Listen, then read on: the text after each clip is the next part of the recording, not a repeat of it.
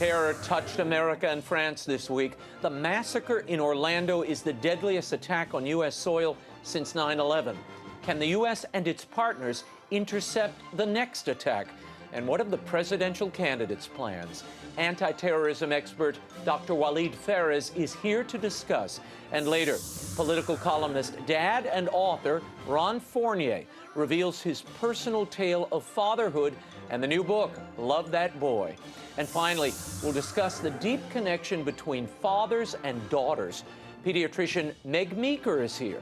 The World Over Live begins right now.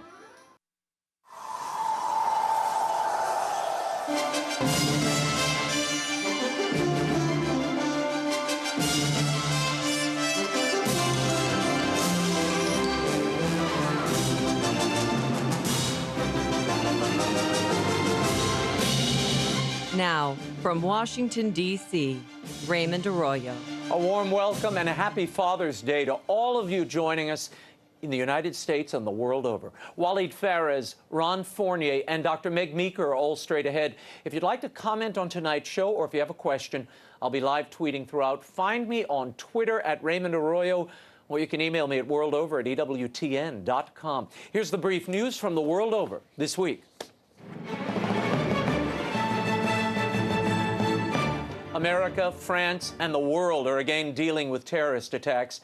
Early Sunday, Omar Mateen killed 49 patrons at a gay nightclub in Orlando, Florida. 50 more were wounded before Mateen was killed in a shootout with police. He had pledged his allegiance to the Islamic State ahead of the attack. And in France, on Monday, a 25-year-old Frenchman with a prior terror conviction stabbed and killed 2 police officers in a suburb of Paris. The officers were a couple and parents of a 3-year-old child. The attacker was also killed. French President François Hollande said on Tuesday the stabbing was incontestably a terrorist act and that France was facing a terror threat on a very large scale. Meanwhile, in Rome, Pope Francis offered his condolences to the victims of the Orlando massacre and later appeared to weigh in on the gun control debate in the U.S. A day after the attack, while speaking before the United Nations World Food Program in Rome, the Pope lamented that weapons circulate with brazen and virtually absolute freedom in many parts of the world, while food and aid are often hindered. More on all of this and the shocking response by a Florida bishop to the Orlando attack in our next segment. And a couple of bioethical stories. An adult stem cell trial in Canada is giving new hope to the fight against multiple sclerosis. The treatment was conducted on 24 MS patients who expected to be confined to a wheelchair within 10 years. The patients had their immune systems rebooted using adult stem cells. The treatment allowed some to regain functions thought lost to the disease, such as vision, balance, and the ability to walk. Dr. Mark Friedman, who led the trial, stopped short of saying his patients were cured, but he did say the treatment appears to have induced a long-standing remission. He also noted that the treatment is effective in only 5 to 10% of those patients currently diagnosed with MS. And the American Medical Association, the country's largest organization of doctors, might soon be dropping its opposition to physician-assisted suicide. During its annual meeting this week, the group rejected a proposal to reaffirm the AMA's long-standing policy against assisted suicide. Instead, it approved a study to explore whether the AMA should stay neutral on the matter. Dr. Jeff White of the Louisiana State Medical Society and Louisiana Right to Life said the AMA's decision is very troubling, since doctors prescribing death for patients is antithetical to the mission of healing. A half a century in the making, the much-anticipated Pan-Orthodox Council of the Eastern Churches appears in jeopardy. At least its legitimacy is in question. Scheduled to begin Sunday in Crete, 4 of the 14 Eastern Orthodox churches will not be taking part, including the largest, the 150 million member Russian Orthodox Church. The reasons for the withdrawal ranged from the theological to the juridical. Russia was the last of the churches to withdraw on Tuesday. The Moscow church said that it was impossible to participate because not all the Orthodox churches would be present. However, the rivalry between the Russian church and the much smaller Greek Orthodox See of Constantinople appears to be a major factor. Some within the Russian church have seen the Crete Council as a power grab by the ecumenical patriarch Bartholomew and a way to diminish Russia's influence, despite the church being able to claim more than half of the world's Orthodox faithful. Indeed, left off the agenda for Crete was any discussion of the order of eminence among the respective patriarchates. And the Vatican is summoning 15 U.S. women's religious superiors to Rome to discuss areas of concern stemming from the controversial apostolic visitation of female orders that concluded in 2014. Cardinal Yoa Aviv, the prefect of the Congregation for Religious, told the National Catholic Reporter that the new round of dialogue will focus on some lingering questions about what have been called ambiguities in these communities' adherence to church teaching. Cardinal Aviv said the discussions aim to smooth out tensions that arose in the original investigation, giving the sisters the chance to address any unresolved issues in the spirit of dialogue. Of the 500,000 women religious worldwide, 10% are based in the U.S. And speaking of women religious, the prefect of the Congregation for the Doctrine of the Faith, Cardinal Gerhard Müller, said this week that Pope Francis's call to study the female diaconate will be largely historical, focusing primarily on the role of early female deacons in the church. In May, Pope Francis made news by agreeing to a request by female religious to study the matter. This, of course, led to speculation and hope by some that an ordained female diaconate was in the cards. Well, Cardinal Müller has downplayed that possibility. He noted a Vatican study from 2002 that already determined that female deacons in the early church were not comparable to the ordained male diaconate of today. And the battle over the remains of Archbishop Fulton J. Sheen intensified this week. Sheen's cause for canonization could hang in the balance. Joan Sheen Cunningham, the Archbishop's nearest living relative, filed a lawsuit this week asking the New York Supreme Court to order the transfer of her uncle's remains to Peoria, Illinois. This follows years of disagreement between the Archdiocese of New York and Sheen's family about the Archbishop's final resting place. Sheen's body needs to be present at a beatification ceremony in Peoria so that his cause for sainthood can proceed. Bishop Janke of Peoria put a hold on that cause in 2014, pending a firm agreement about the transfer of the body. At present, Sheen is in the crypt of St. Patrick's Cathedral in New York, but he actually wished to be buried in a priest cemetery elsewhere. In fact, it was Joan Sheen Cunningham who granted the Archdiocese permission in 1979 to inter his body at the cathedral. Now, in the face of resistance from the New York Archdiocese, she is asking the court to intervene. Cardinal Dolan's Archdiocese, in a statement, is now saying the broadcaster's remains could be moved temporarily to Peoria for the beatification, then returned to St. Patrick's. But the 88-year-old Cunningham and the Diocese of Peoria, which is responsible for the cause, wants Sheen's remains to permanently reside at St. Mary's Cathedral in Peoria. To strengthen their case, the New York Archdiocese claims that Sheen wished to be buried at St. Patrick's. Joan Sheen Cunningham's attorneys vigorously dispute that claim and plan additional court filings in response to the Archdiocese. We'll keep you posted on the Sheen hostage situation. Hollywood is awash in sequels these days, but this one is actually anticipated for a change. It appears that Mel Gibson and Braveheart screenwriter Randall Wallace are hard at work on a sequel to the 2004 blockbuster The Passion of the Christ. The Hollywood Reporter broke the story last week, with Wallace confirming he was working on a script. It picks up where The Passion left off. No word yet on casting, most importantly, whether Jim Caviezel will return as Jesus. The Passion of the Christ was an enormous box office smash, earning over $612 million worldwide. It remains the top-grossing independent film in history and ushered in the resurgence of faith-based films. We also had the exclusive interviews, the first ones, to announce that movie, I can't believe it, 10 years ago. And I've gotten such incredible pictures of kids reading Will Wilder, The Relic of Perilous Falls, so I decided to extend our audiobook giveaway just one more week, just till the end of the week. Send me a picture of your favorite reader immersed in Perilous Falls, and I may select you at random as an audiobook winner. We're giving away free copies. You can tweet or email them to Raymond@RaymondArroyo.com. I'll announce the winners next week. And come see me on June 29th at 7 p.m. I'll be in McLean, Virginia at the Barnes & Noble at Tyson's Corner, signing Will Wilder and my other books. You'll find all the details at RaymondArroyo.com. When we return, Dr. Walid Phares will share the latest on the Orlando terror attack and the ever-evolving war against the Islamic State. The World Over Live continues. Do not miss it.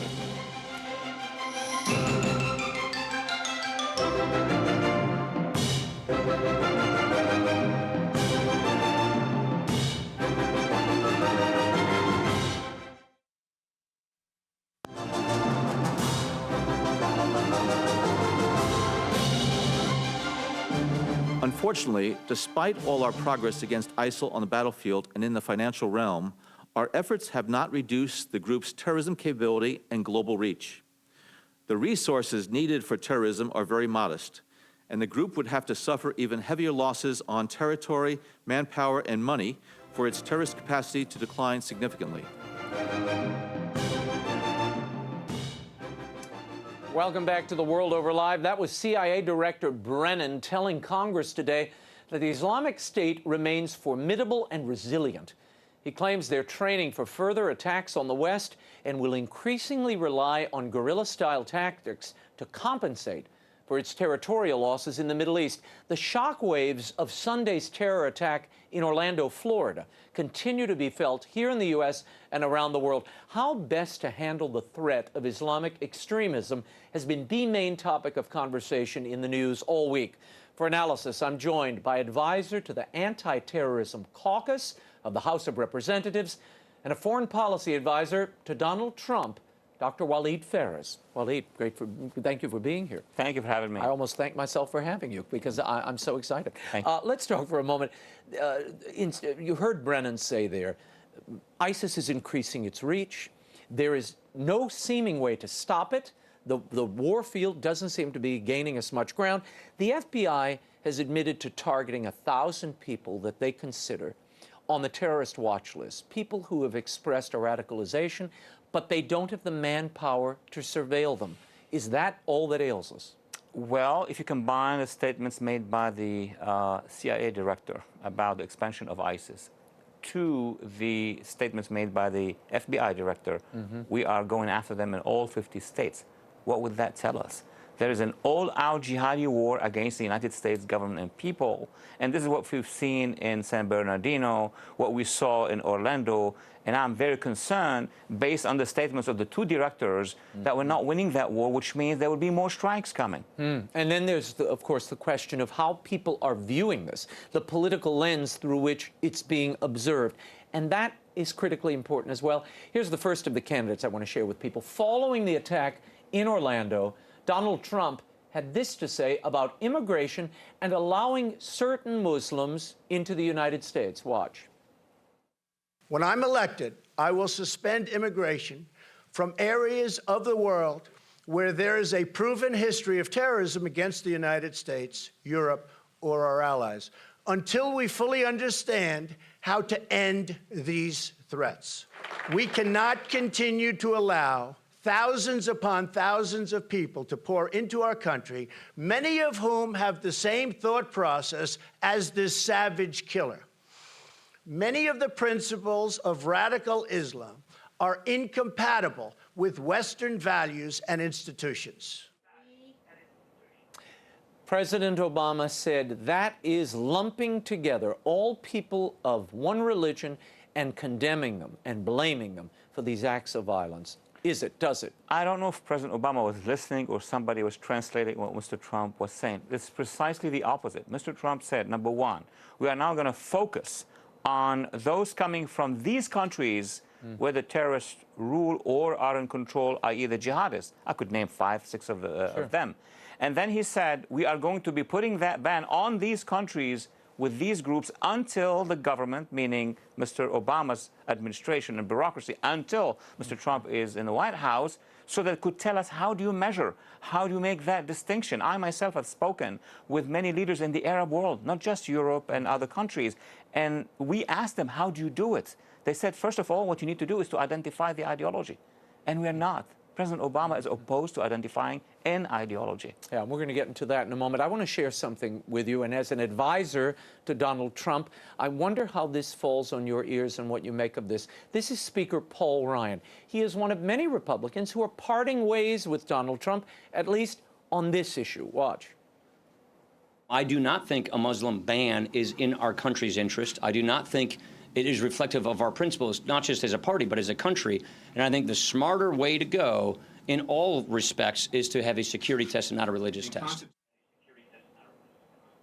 Is this a religious test that Mr. Trump is proposing? No. This is a ban on jihadists. And to do a ban on jihadists, you have to have all the measures that you can. He was talking about the countries where these jihadists are coming to. And he has said already from last year, if you give me the actual instrument on how to distinguish, there will be no ban at all to begin with. We know from reports I've been reading, more than 100 Syrian refugees are entering the United States every day. Now, that is in marked contrast to the numbers we've admitted in years past. We don't know who these people are. How do you screen them? I mean, obviously, there's a human rights worry here. There's a human rights concern. But how do you screen these people? How do you maintain their whereabouts when we have visa entries and we don't know where they are now? Well, you have two parts for the problem. Problem number one, the administration is not telling us that they have an alternative solution for the refugees. So that we're not dealing with a humanitarian issue. I spoke with and I appeared with NGOs coming from Syria at the European Parliament and in Washington. And they said, we have an area in Syria, which is the size of the Republic of Lebanon, 10,000 square kilometers. We are ready to host these people. We are ready to defend them. Actually, you have a no-fly zone over us. Actually, your forces are there to protect. So why is it that if you have an area ready to absorb those millions of refugees, your president and your administration are, decided to bring them to the United States? So that's number one. Number two, yes, we don't have a way to vet them. Because when we removed what is needed to vet them 7 years ago, which is the ideological factor, then we are facing a real problem here. I want to run this by you. I want your reaction to this. This is Hillary Clinton. She claims that these are lone wolf attacks, okay? And this is how she characterized the Orlando attack on that gay bar there. Watch this. The threat is metastasizing. We face a twisted ideology and poisoned psychology that inspires the so-called lone wolves, radicalized individuals who may or may not have contact and direction from any formal organization. We have to be just as adaptable and versatile as our enemies. As president, I will make identifying and stopping lone wolves a top priority. She says she's going to make it a top priority. Here's the question. Is this a lone wolf attack? Is this just another individual sort of running out there and doing their own thing like the Aurora shooter? Let me first raise what is the top priority of the top priority is for Secretary Clinton to tell us when she mentions this is a twisted ideology. Madam Secretary, what is it? What are its goals? Explain it to us, as others have explained Nazism, Bolshevism, fascism. It's not happening. Number two, with regard to the reality on the ground, there are no such thing as an absolute isolated lone wolf. A lone wolf who email, who text, who go on Facebook, who make phone calls, who travels twice to Saudi Arabia or to other countries, is no more a lone wolf at the end of the day. This is, you see connective tissue between the Tsarnaev brothers, this Omar Mated, all of these people. You feel there's a connection here. All these individuals that you have mentioned and others operate individually. It's a big difference between, it's like a commando sent by the command or in contact with the command that is operating for one suicide mission. They decided that he's going to do it on his own. That does not mean that he's a lone wolf isolated. And how do you stop it? How do you intervene and stop this? I mean, Hillary Clinton does make the very interesting point. She said, look, Mr. Trump says he's going to build a wall. He can't build a wall around the internet, Walid. You would say what? I would say release your allies in the internet, release the antidote. If you compare the internet as a human body, when you have an illness, what do? You release antidotes. Who are the antidotes? The Muslims, anti-jihadists. Did you meet with them, Madam Clinton? Did you meet with them, or did you meet with the Muslim Brotherhood and the Salafists? The choices are much higher. Who are our partners will determine how we're going to fight this battle against the jihadists. Or not. Or not. I want to share this with you. This is President Obama speaking to the press today and survivors in Orlando, Florida, of that terrible attack. Listen to this. Whatever the motivations of the killer, whatever influences led him down the path of violence and terror, whatever propaganda he was consuming from ISIL and al-Qaeda, this was an act of terrorism, but it was also an act of hate. This was an attack on the LGBT community. He says it's an attack on the LGBT community. Is that reductive? Is that enough? It is a jihadi-motivated attack against the LGBT, in as much as there are jihadi-motivated and inspired attacks against Jews and Middle East Christians and Yazidis. What is important here is not what community is targeted. It's what ideology is commanding you to attack these communities. Ah, interesting. Because otherwise, I mean, you'd have to step back and say, well, it was an attack on marathon runners. Right. It was an attack, or almost attack, on people who walked in Times Square. Attack on Christians in their churches. We're seeing this all over Africa and other places. And this would have to be an attack on the LGBT community. Well, yes, but what is missing in this analysis is who is giving the validation. I mean, not everybody who dislikes a specific community, and there are many people who are frustrated, who are, you know, not integrated enough. But what validates them is basically an ideology. If you do it, you will go to the rank of the superior people. That's how we feel. The president said during his address, this same address, motives are different, but the instruments are similar, meaning guns. Valid analysis? That's the history of the whole world.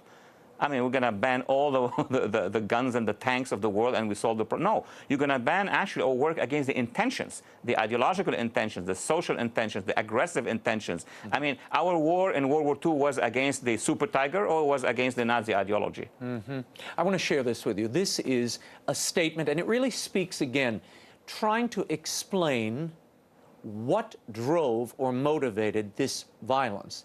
And you're getting tons of people sort of putting forward their own pet agendas, pet explanations of what might have been driving this insane person to walk into this club and wipe out almost 50 people. This is Bishop Robert Lynch from the Diocese of St. Petersburg, Florida. He released a column, a statement, and he said, sadly, it is religion, including our own, which targets mostly verbally and also often breeds contempt for gays, lesbians, and transgender people. Attacks today on LGBT men and women often plant the seed of contempt, then hatred, which ultimately lead to violence. Are people of faith to blame for what we saw in Orlando, what we saw at the Boston Marathon? What ultimately lead to violence is a specific ideological injunction. It's true that there are frustration and people who are not happy with other people. That's the history of and people who hate. And people who hate. That's the history of mankind. But I would refer the bishop to the videotapes online of Iranians hanging gays and lesbians in Iran, of ISIS throwing those gays from the buildings. The inspiration there is specifically an ideology. It's not that individually these people are doing that as a crime. They think that they are doing an accomplishment of an ideology. Yeah, I mean, just stepping back rationally looking at this, I mean, it's not the Presbyterians or the, Seventh-day Adventists going into clubs and shooting people. whose lifestyle they may have some difficulties with. Doesn't mean they wish those people dead. And I think it's a bit of a stretch. I mean, you know, I don't see bishops taking, you know, arms and going into the streets and shooting whoever they might disagree with morally. I mean, my gosh, if sin becomes the injunction to kill, everyone would have to be mowed down. It also smells to me a little bit like the Benghazi explanation. Coming right after the Benghazi attack, you'll remember, it was the videotape that was to blame. In fact, the videotape was not an issue at all. Well, look, every time there is a jihadi attack here, the camp that does not want to recognize the ideology goes on a volley of reasons that have nothing to do with it. We saw it over the past many attacks. Oh, the Tsarnaev were frustrated immigrant. The guy in California and his wife had different reasons. They cannot see the common thread, which is an ideology and a target in a war against us, which the two major directors of national security have been warning us about. I want to talk about terminology for a moment, identifying this for whatever it is or isn't. This term radical Islam has been bounced around a lot. We heard Donald Trump say how important it is to identify these terrorist attacks as such, driven by radical Islam. The president took a slightly different view. Watch. There's no magic to the phrase radical Islam. It's a political talking point. It's not a strategy. And the reason I am careful about how I describe this threat has nothing to do with political correctness and everything to do with actually defeating extremism. Does that approach defeat extremism, and why is terminology important? Does it matter what you call it? I think President Obama is very isolated in his statement, because if you go to France, what they use is Islamist Islamism. Great Britain, the same. Russia does the same. India, China, we're almost 90% of the world, but better than that, the Arab moderates. If you go to Egypt, what do you think the president of Egypt and the Grand Imam, the equivalent of the Sunni Pope, say? And he told me when I visited Egypt, he called them Islamist, jihadist, Salafi, takfiri. So why on earth the entire planet calls them with their names, and only the president of the United States and his advisors refuse to do so? So why the reticence? Why this language? I mean, he says he's doing it intentionally, being careful. Is this a workable and smart approach on some level? He has chosen that path based on the advice he gotten since 2009.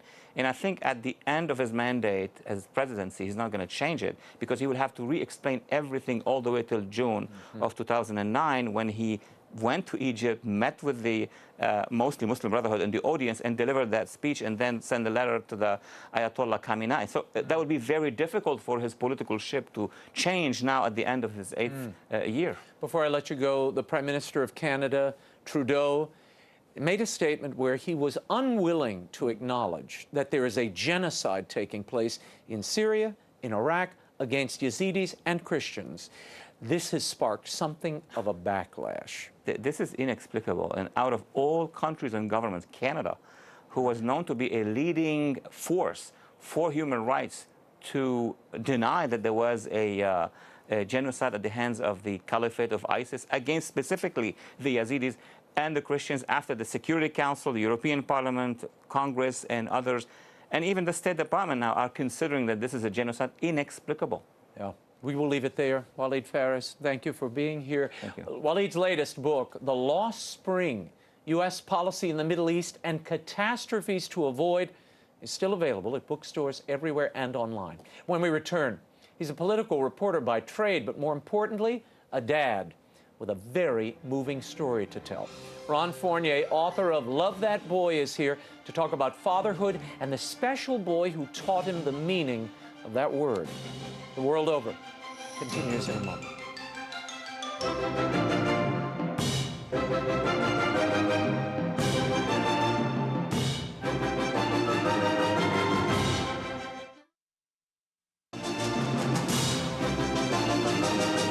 Now, once again, Raymond Arroyo. Welcome back to The World Over, the Father's Day edition. My next guest is normally out covering politics, but tonight he shares the moving story of how he reconnected with his son and discovered a great gift. He captures his journey in a new book called Love That Boy. His son's Asperger's diagnosis forced him to assess himself as a dad and as a husband.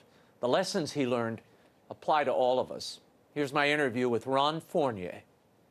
Ron, tell me, first of all, your reaction when your son Tyler is diagnosed with Asperger's. You thought what? Be honest with you? My first reaction was I heard the doctor say a lot of stuff I didn't understand, but I did hear her say that Tyler, one of the symptoms, one of the attributes of autism, of Asperger's syndrome, was that he was not very nimble with his hands and his feet. He was clumsy. And I asked her, so is that why he's not any good at sports? That was my first reaction. She looks at my wife, my saint of a wife, and kind of gives her a disappointing glance and says to me, well, yeah, that's why he's no good at sports. It's also, Ron, probably why he doesn't like sports.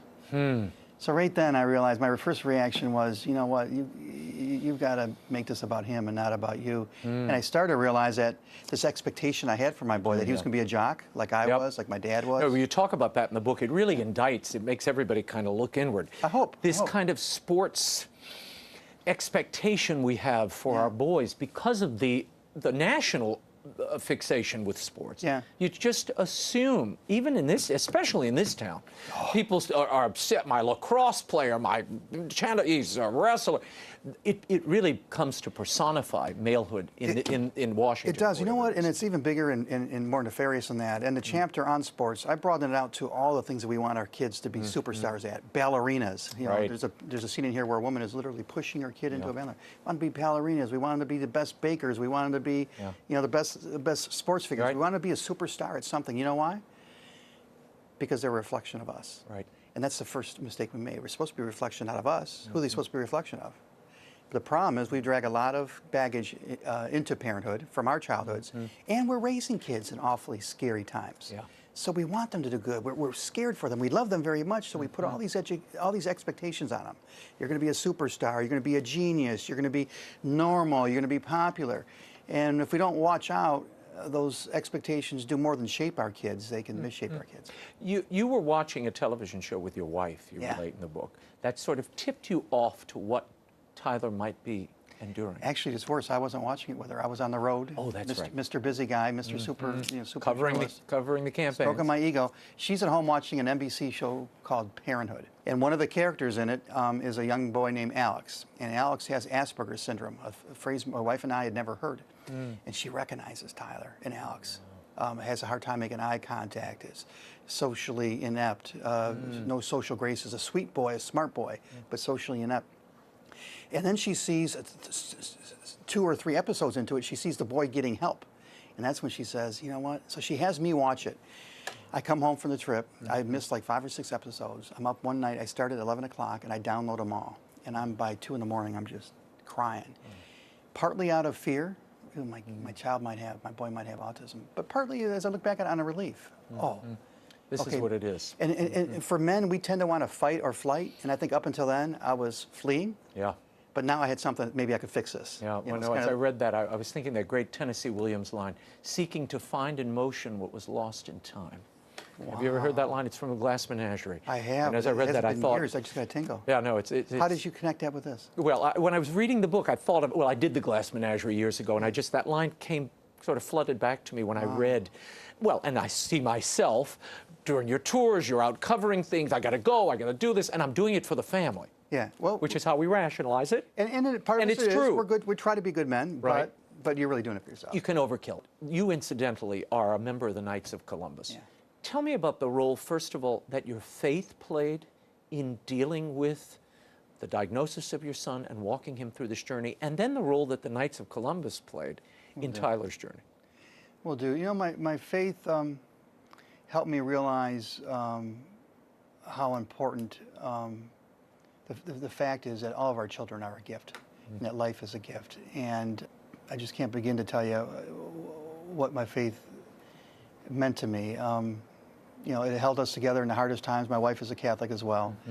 And the Knights of Columbus is a big part of it because it's our community. I belong to the Edward white council in Arlington, Virginia. Just a great group of men and women. The women are very involved in our council. My wife and I for years have been having our date nights there. We call it KNIGHT every Friday. Have our steak and a couple beers and a glass of wine. And it's literally where, when we start writing this book, I knew I had to understand her better. If I was going to be introspective about myself, I had to understand her better. So I turned on a tape recorder one night over dinner at the Knights. And I interviewed her, and you'd be surprised, actually you might not be, but I was very disengaged from the conversation emotionally. I interviewed her. I mean, it was a really good interview, but I didn't really get what I got out of her until I replayed it back about 3 months later when I was actually writing the book, and I'm transcribing. Right. And now I'm hearing her Suddenly say things find what like, you have. well, I've always known what I had. What I didn't realize was how I was making her feel and how she felt I was taking her for granted. And how things like, I didn't talk about work much at home because I was trying to compartmentalize. And she says, but that made me feel like you didn't think I was worth being talked to about work. And I had nothing to talk about except raising the kids and changing diapers. And you'd come home from an exciting event. We talked about 9/11. When I stayed behind in the White House 90 minutes after it was evacuated because I'm filing. And she called me up. She said, what's going on? And I said, and I was the first to break that day that it was an attack. I said, there's been an attack. The FBI thinks it's Al-Qaeda. I got to go. And I hung up on her. Oh, boy. Well, I knew that was a terrible thing to do, but I didn't realize how terrible it was until, and it was again, so that happened at the Knights. But the Knights itself has just been, it's our community. It's what connects our faith to our real lives. And for Tyler, his first job was last summer when he was 17. He worked at the day camp in the summer. And my wife and I, Lori and I, actually left town for 2 weeks, left him alone with his older sister, who was in her early 20s, was basically doing her own thing. And he got up every day, got himself showered, got himself fed, walked up to the Knights, did the job. He loves little kids. And it was good for me and Lori to know that, okay, he was going to have a real job, but he would be surrounded by people who loved him and got him. And I know I would get a call up in Michigan saying, hey, we got a problem here, and they would help him out. And he's going to be working there again this summer. So I just can't tell you, it's impossible to say what role did faith play in all this, because faith is everything and in all this. I'm sure faith is a big reason why we've been married 30 years and love each other more now than we did 30 years ago. Tell me about your wife, Lori, because it is her idea to send you and Tyler on a road trip. Yeah, if folks who read this will see that Tyler's the star of the book, but Lori's the hero. We're walking out of the doctor's office, and if we get a chance to meet my wife, she's got these beautiful blue eyes, and they're puddled with tears, and she's saying, you got to step up. I mean, we're walking out of the doctor's office. You got to step up, spend more time with him. You got to step up and get him out in the world. And we get in the car, and she says, you know what you're going to do? You're going to go to presidential sites, presidential libraries and homes, because Tyler's fixation at the time still is history. And by the way, fixation, obsession was something we just learned was part of autism. And the presidency, Mr. Hotshot, is what kept you away from the family so much. So you're going to use your job now to help our family. Go on these road trips, which I start calling guilt trips. Well, you do it. I mean, you do it in a facetious way. I mean, it's well, I was working through a lot of guilt, but I loved the trips. I loved spending time with Tyler. I learned a lot about him, doing the trips, the historical trips, and then I came back and I thought I was done. And she says, now go see if Bill Clinton and George Bush will meet with him. Wouldn't it be great if he could have that experience? If he can talk to a former president, he can talk to anybody. And I'm like, haven't you seen what I've written about them? Yeah, forget, they'll never see me. They'll never see me. And I want to hold that. We're going to leave that as a cliffhanger. I'm sorry. What I love is you relate some of the conversation as you drive. You even talk about grabbing your notebook and you're writing on the steering column. Yeah, my wife was upset about that when she saw that, Just don't tell the state troopers. But there's one point where you say, the problem here isn't my son, it isn't autism, it's me. That happened actually when the first trip happened to be to the White House, and we're standing in a long line to have our photos taken with President Bush and President Obama and Michelle Obama at a White House Christmas party for the press. And the whole time in line, 45 minutes, he's saying, hello, Mr. President, nice to meet you. Hello, Mr. President, nice to meet you. He's practicing what comes naturally to us the whole time, 45, hello, Mr. President, nice to meet you. And just about as it was about to be our turn, the people in front of us go up, and Tyler looks at me with his mom's blue eyes and says, I hope I don't let you down, Dad. And I'm thinking, what kind of dad makes his son feel that kind of shame? And I wanted to be able to say, there's nothing you can do that would make me not proud of you. And I wanted to help him. And I couldn't. And I just felt like a real lowlife. And what happens next? Tyler goes up. He gets a big old hug from Michelle Obama, who has these famous big hugs. And for an Aspie, they don't like to be touched. Right, they don't like He took it, intimacy. and then he walked up and he shook the president, looked him in the eyes, and that's when I turned around and I'm looking at the camera to have her photo taken. I'm thinking, he's not the problem, and autism's not the problem. I got to get my act together. It was a hard moment. And both of those presidents, Clinton and Bush, would furnish your son and you with something important. Tell me about those visits. Clinton, as you mentioned earlier, you'd been covering him since Arkansas. Yeah. Not always nicely, Ron. I read some of those columns. I was covering that same White House in the early 90s. I remember, yeah. That was, what was that meeting like, and what did he furnish your son with? Literally, he gave him 2 books. One he pulled off his shelf with 2 polar bears fighting, and Tyler noticed it, and they're talking about how odd it is that 2 polar bears fighting, that it's hard to find the pictures of that. And I'm thinking, only Bill Clinton and Tyler would even know this. The other was he had planned to give Tyler, Tyler's favorite president was TR, and that's Bill Clinton's favorite president. So he gave him 1990 first edition of Teddy Roosevelt's letters to his children. Metaphorically, more importantly, what he gave me was an understanding that, you know, as great of a social animal as Bill Clinton is, he was not very socially smooth with Tyler. He didn't notice that Tyler was getting kind of bored, and that Bill Clinton was fixated on a topic, which was himself and TR and his comparison.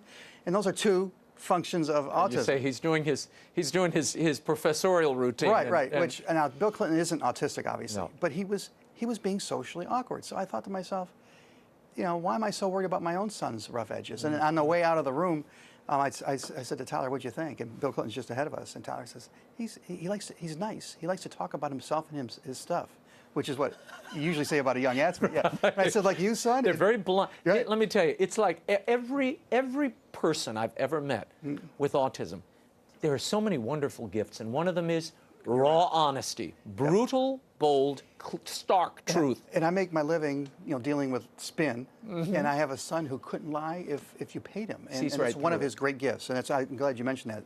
These young men and women have great gifts that we as a society have to recognize. They do. Well, as I read it, I thought the bluntness, the clarity, the clear eyes they see the world at, and they're able to quickly and spontaneously communicate. Brilliant minds. We would have in the moment. Filter, stop it, don't say it. And the other thing, they are vessels for and instigators of love, like no people I know. Boy, you've been there, haven't you? Well, I've met a lot of people who they come to me at book signings. He's the most loving boy you ever want to meet. Yeah.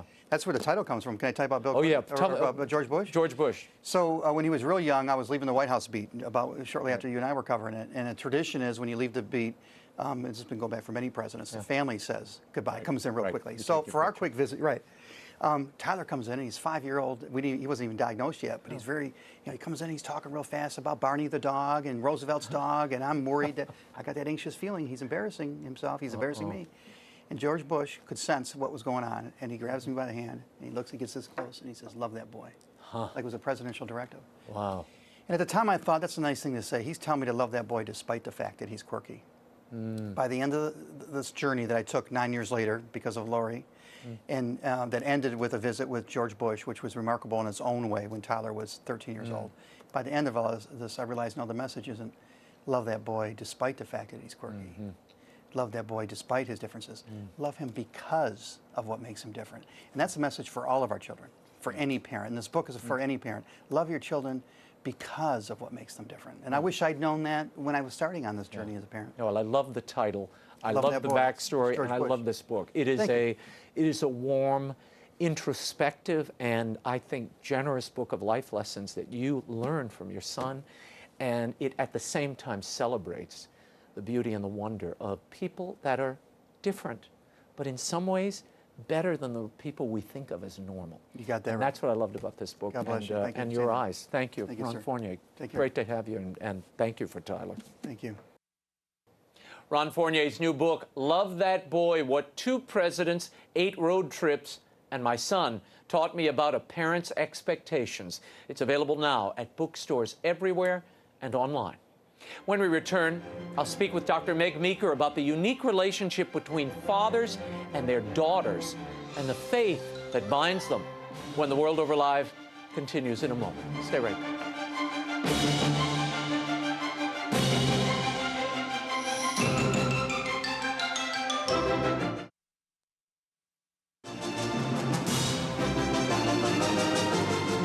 Once again, Raymond Arroyo. Welcome back to The World Over Live. My next guest has spent 30 years practicing pediatric and adolescent medicine, as well as counseling teens and their parents. In her latest book, she turns her attention to the special bond between fathers and daughters and the crucial importance of faith in that relationship. It's called Strong Fathers, Strong Daughters Devotional, 52 devotions every father needs. I spoke with Dr. Meg Meeker recently here in our Washington studio. I want to talk about this relationship. Yes. Why is the relationship between fathers and daughters so special, so important, and what practically have you seen are the results of either having that relationship or not having it in your clinical practice? You know, fathers are very devoted to their daughters. And do you realize, Raymond, that you share a name with God that mothers don't? You share Father? Mothers don't share that name with God, and so what a privilege to share that name with God in parenting your daughters. Fathers are extremely important in daughters' lives, and the problem is that fathers don't realize that. So what I did in the devotional is I tried to bring dads behind their daughters' eyes so that they could see themselves fresh as their daughter sees them, because I believe if every father could see himself as his daughter sees him, for even 15 minutes, his life would never be the same. Wow. Fathers are a bit intimidated with their daughters.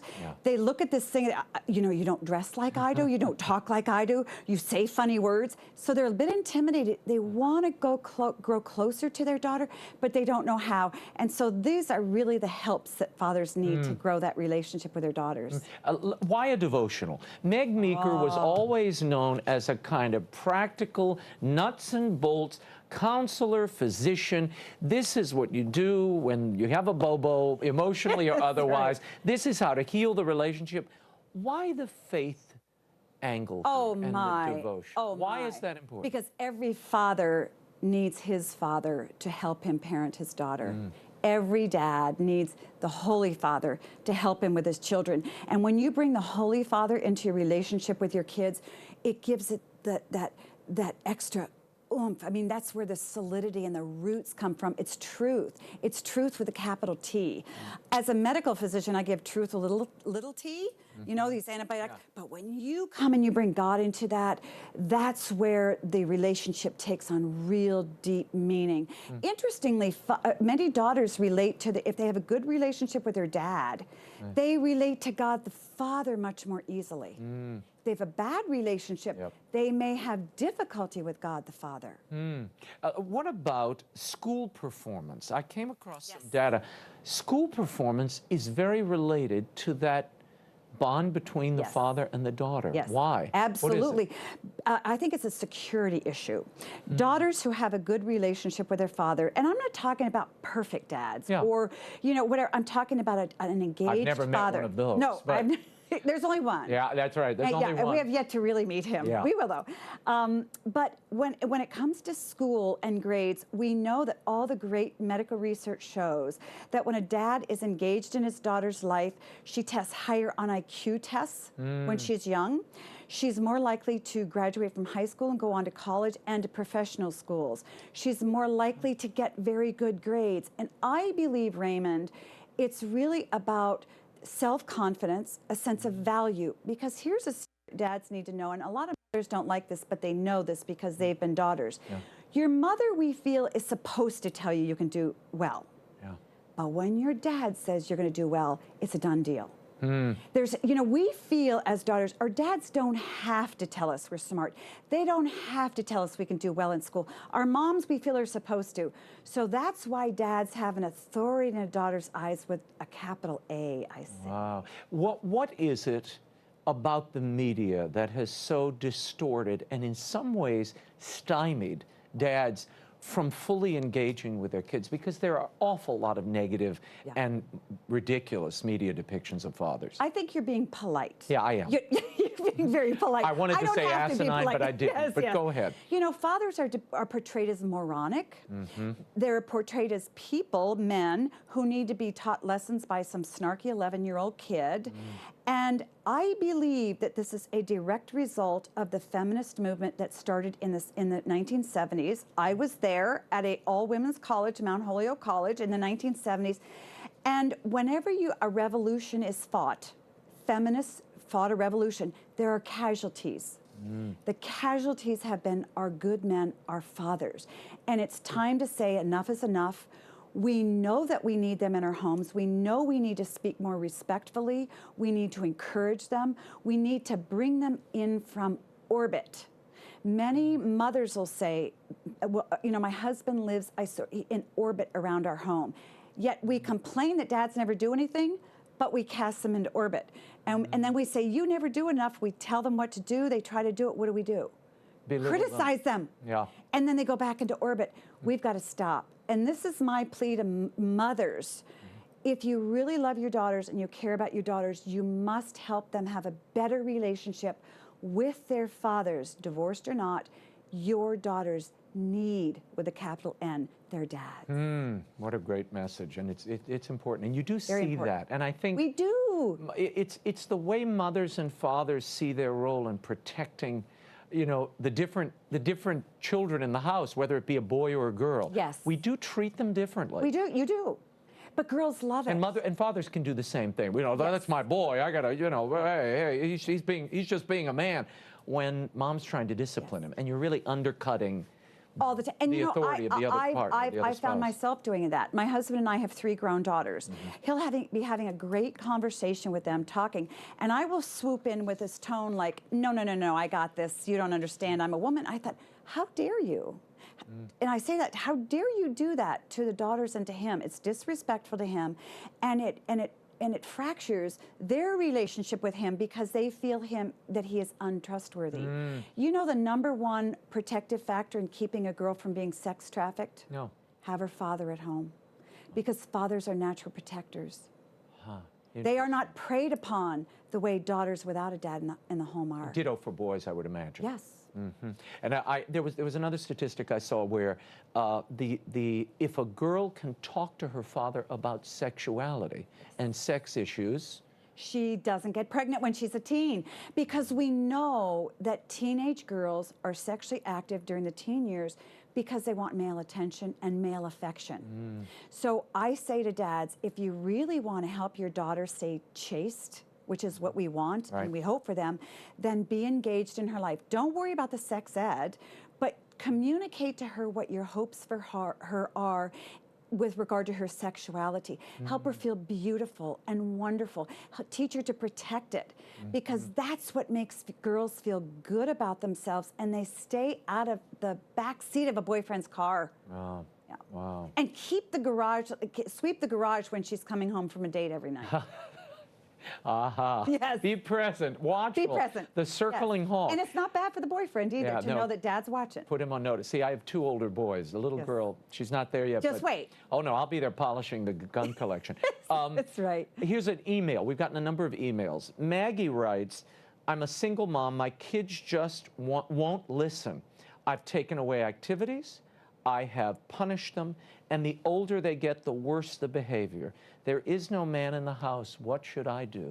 First of all, when I see a mother who is being disrespected by her children, that tells me she's not respecting herself enough and demanding respect. You know, as godly parents, as a single mom, single daddy, we deserve respect. God puts us in a position of authority in our children's lives. So refuse to allow those children to disrespect you. Second, find a male in their lives whom you respect, that you can bring in and expose them to, so that your sons and daughters see how good men behave and how good men talk to you. We have an email from Candace in Milwaukee, Wisconsin. My husband's a wonderful father.